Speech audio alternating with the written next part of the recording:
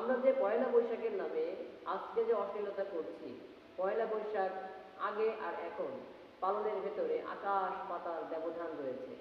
প্রিয় বন্ধুগণ, আমাদের দেশে আগে ফসল উৎপন্ন করে তার যে খাজনা বা কর দিতে হতো, এটা হিজরি সন অনুযায়ী চলত। তো হিজরি সন অনুযায়ী চলার কারণে মানুষের এই ফসলের কর আদান প্রদানে একটা নির্দিষ্ট যে টাইম ছিল, সে টাইমের হেরফের হয়ে যেত, মানুষ টাইম মেনটেন করতে পারত না। বাংলাদেশ যখন মোগল সাম্রাজ্যের অন্তর্ভুক্ত হলো 963 হিজরিতে, সম্রাট আকবরের নির্দেশে তারই আমের ফতেউল্লাহ সিরাজি তৎকালীন সময়ের জ্যোতির্জ্ঞান বিদ্যা অন্বেষণ করে সেই অনুযায়ী সৌরসনের আবিষ্কার করেন। এটা কেন করেন? যাতে মানুষের জীবনযাত্রা সহজ হয়।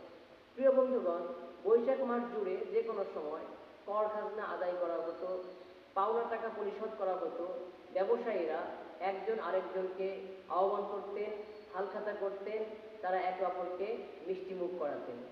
এটা একটা ভালো কাজ, প্রশংসনীয়, মানুষের ভিতরে মহাব্বত তৈরি হতো। কিন্তু আজ আমাদের দেশে কি হচ্ছে?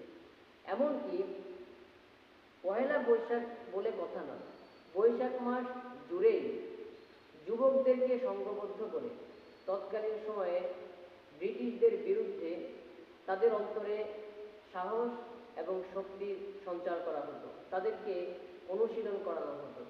প্রিয় বন্ধুগণ, আর আজ বর্তমানে আমার দেশের কিছু জ্ঞানপাপী বুদ্ধিজীবী বলে থাকে, আমরা পয়লা বৈশাখ পালন করে শেকড়ে ফিরে যেতে চাই। পয়লা বৈশাখ পালন করে শেকড়ে ফিরে যাওয়ার অর্থ হচ্ছে মূর্তি পূজা করা, গান বাজনা করা, শিরকের ভেতরে অন্তর্ভুক্ত হওয়া।